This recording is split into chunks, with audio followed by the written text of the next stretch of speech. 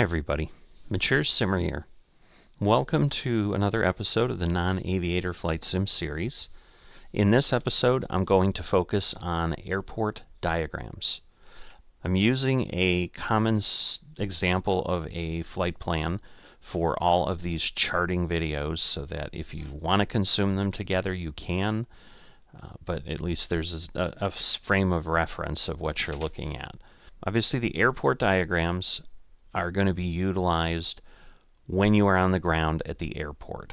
That is in essence what they provide you visuals of. They give you other information that could be of use. In most cases, you're going to have, for any given flight, you're going to have two airports. You're going to have your departure airport and your arrival or your destination airport. So in this case, we have Orlando International and Kansas City International. So let's start with Orlando International. MCO. Zoomed in a little bit just so you can see things. All these charts are very busy that you're going to see that I'm going to walk you through. There are only certain things you must know. I will certainly explain maybe more than what you need to know just so you can make heads or tails of things and step up to using more of that information if you so choose in the future, because I've certainly found it's definitely enjoyable to learn and grow and do things a little bit more in depth as you get more comfortable with things. So the main thing you're looking at is your runways, which are going to be typically black lines here, and then your taxiways, which are going to be the light gray things in the ramps, which are also there in the light gray.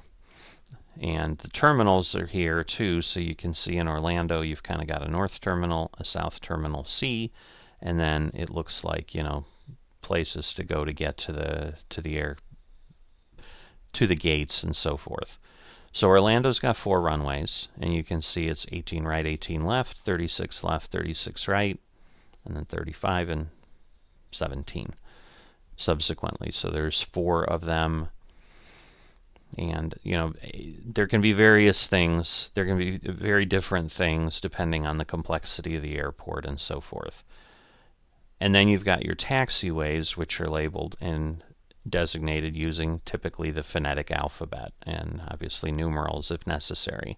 So, for example, let's say you were coming from Airside 4 terminal, and that's where you were parked and you were getting sent out.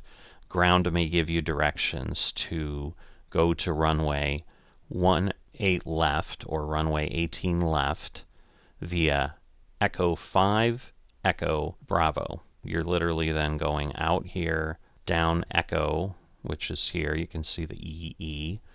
And then Bravo is B, so they're getting you the closest to the runway. And again, because you know you're going to 18 left, you'll be looking at that airport chart and you'll know on Bravo you need to go this way instead of that way. You know, you're going north instead of south. You know, and you're going to have an orientation symbol here somewhere. You've got, you know, variations for magnetic versus true north. Nothing you need to really worry about.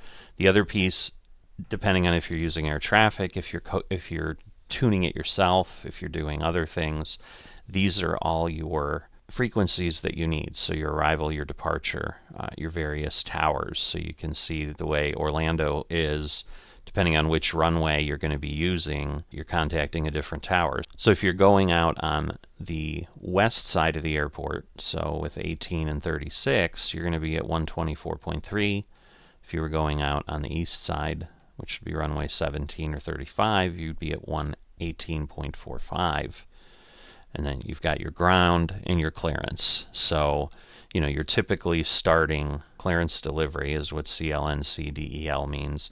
And then ground, and then you'd be going to tower, and then you'd head to departure.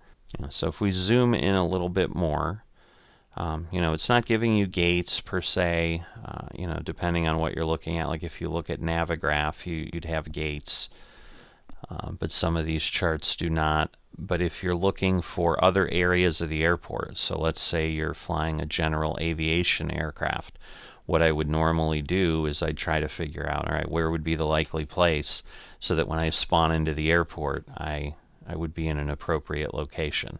The FBO is usually good. Sometimes you're going to see something labeled general aviation. So, if you're a GA aircraft, you're going to spawn in here.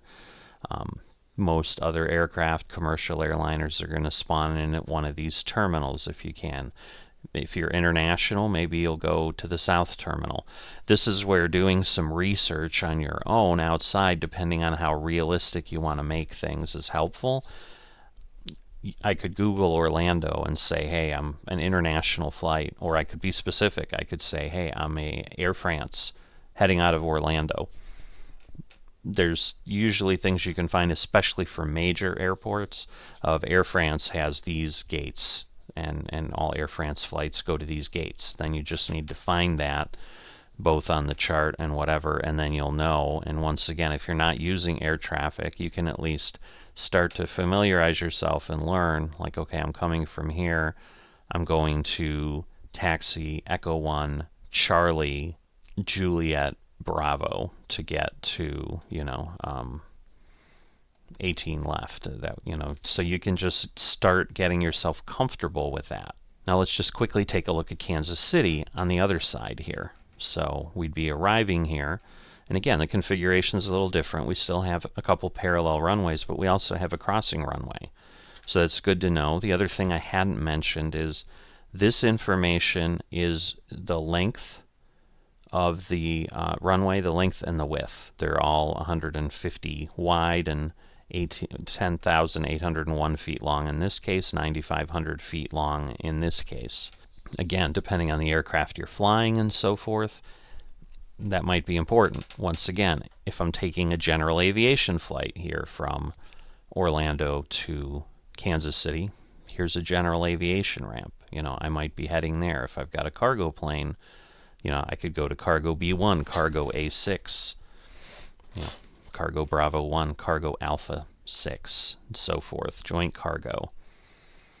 And some of these things are unlabeled. You need to kind of understand what you were looking at, and these would be the main terminals down here in the corner. And similarly, then you're getting familiar with the taxiways, and you've got all your frequencies again here. But as you can see, there's just a tower ground clearance. There's not multiple towers as there is in Orlando. And it doesn't look like Kansas City has approach or departure controllers specifically assigned to the airport. So that means that the center is likely controlling those as opposed to having controllers at the airport dealing with that. And that's likely simply because of volume of traffic and so forth, where Orlando would be busier than Kansas City International is somewhat what this is telling you, because they haven't decided that they needed to segment their operations in any way.